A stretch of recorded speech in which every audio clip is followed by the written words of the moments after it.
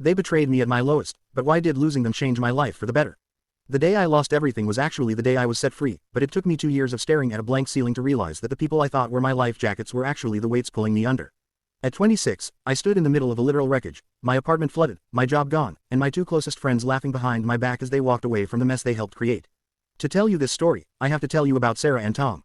At 27 and 28, they were the center of my universe.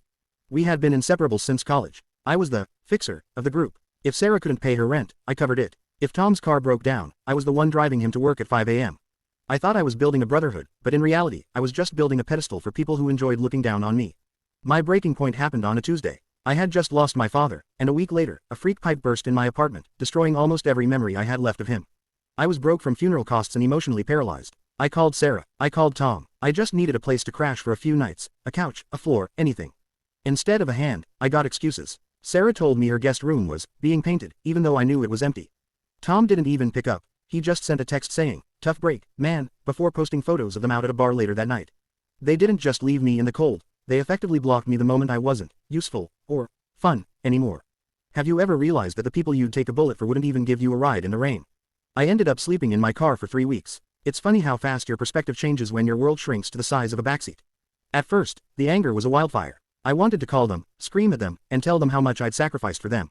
But as the nights got colder, the fire died down into a cold, hard ember of realization. I realized that by losing them, I had lost the constant need to please everyone but myself. For years, I had been an emotional ATM, letting them withdraw my energy, my money, and my time until I was overdrawn. Their betrayal wasn't a tragedy, it was an eviction notice from a life that was killing me. If you lost every person you call a friend today, who would you actually be when no one is watching? I took a job working nights at a warehouse, grueling, physical work that left my hands blistered and my back aching. But for the first time in my life, I wasn't spending my paycheck on someone else's crisis. I wasn't spending my evenings listening to Sarah complain about the same 3 problems she refused to fix. I was alone, and in that solitude, I started to hear my own voice again. Something strange happens when you stop pouring your energy into a leaking bucket. You start to overflow. I began teaching myself software development during my lunch breaks on a beat-up laptop I bought for $50. Without the constant drama of my friend group, my brain felt like it had been upgraded.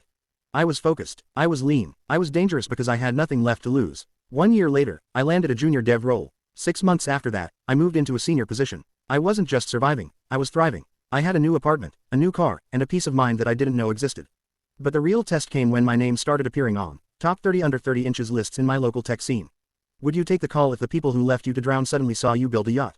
The texts started coming. Sarah messaged me like nothing had happened, saying she always knew I'd make it. Tom sent a long, rambling email about how he'd been going through a lot of personal stuff back then and hoped we could grab a drink. Standing in my new office, looking at their names on my screen, I realized I didn't feel any anger. I didn't even feel the need for revenge. I felt a profound sense of gratitude. If they had been good friends, if they had given me that couch to sleep on, I would still be the same fixer, living for their approval. Their cruelty was the only thing that could have forced me to discover my own strength. I never replied to those messages. Not because I'm petty, but because those versions of us no longer exist. I learned that the universe often removes people from your life not as a punishment, but as a protection. They were the anchors, I was the ship. Once the anchors were cut, I finally started to move. The most meaningful lesson I learned wasn't about money or career success. It was that self-worth isn't something you get from others, it's something you build in the dark when no one else is there to cheer for you. I became the person I am today because they left me no other choice. What do you think? Is betrayal sometimes a hidden gift, or is that just a way to cope with the pain? I want to hear your stories in the comments. Have you ever had a loss turn into your biggest win? If this story resonated with you, please like, share, and subscribe to our community. Remember, sometimes being left alone is just the universe giving you the space to grow.